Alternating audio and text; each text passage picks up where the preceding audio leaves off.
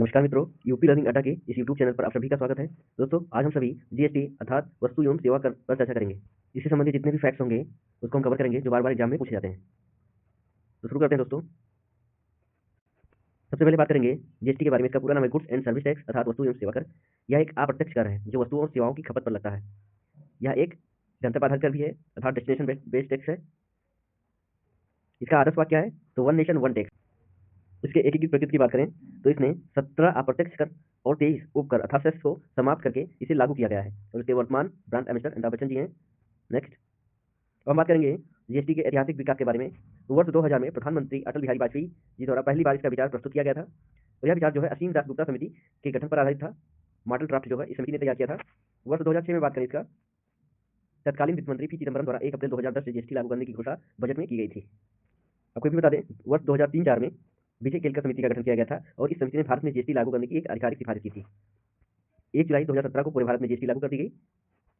2011 में कांग्रेस सरकार द्वारा लोकसभा में 115वां संविधान संशोधन विधेयक किया गया था जो विपक्ष के विरोध के कारण पारित नहीं हो सका था। और आपको ये भी बता दें, जो जीएसटी आई थी 122वां संविधान संशोधन विधेयक के अंतर्गत इसे लाया गया था और इसके अंतर्गत यह 101वां संविधान संशोधन एक्ट बन गया लागू होने के बाद। नेक्स्ट बात करते हैं, बात करेंगे जीएसटी की संरचना, उसके प्रकार और उसकी कार्यप्रणाली क्या है। पहले बात करेंगे सीजीएसटी, केंद्रीय वस्तु एवं सेवा कर, या केंद्र सरकार द्वारा संग्रहित किया जाता है, राज्य के भीतर लेन देन पर आधारित होता है।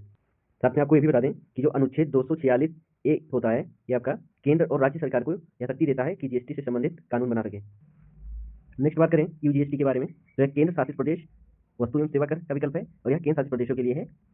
यस जीएसटी की बात करें तो राज्य वस्तु एवं सेवा कर है, राज्य सरकार द्वारा संग्रहित किया जाता है, राज्य के भीतर लेन देन पर आधारित होता है। आईजीएसटी की बात करें तो आपको बता दें, जो आईजीएसटी है इसका उल्लेख जो है अनुच्छेद 269 और अनुच्छेद 246 में इसके बारे में चर्चा की गई है। एकीकृत वस्तु एवं सेवा कर 2 राज्यों के बीच व्यापार पर लगता है और यह केंद्र सरकार द्वारा संग्रहित किया जाता है, बाद में इसे राज्यों में विभाजित कर दिया जाता है। बात करेंगे वर्ष 2025 से नई जीएसटी टैक्स स्लैब के बारे में।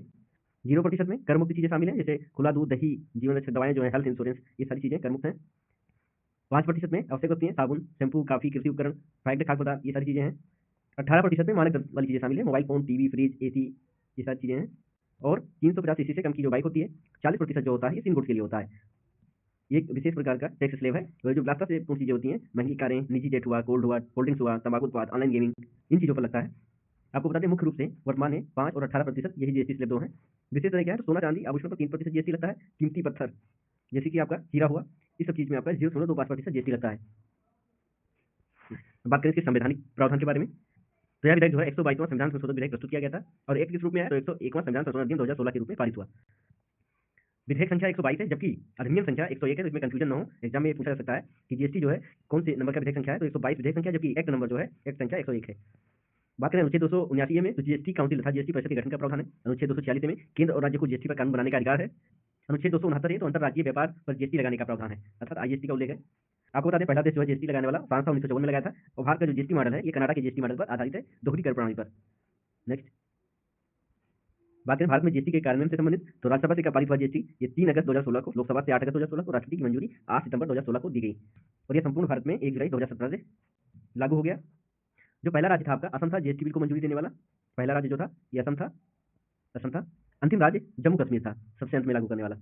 नेक्स्ट, इसके क्विक रिवीजन की बात करें तो जीएसटी क्या एक इनडायरेक्ट टैक्स है, लागू हुआ 1 जुलाई 2017 को। कौन सा संशोधन था, तो 101वां संशोधन संविधान संशोधन था।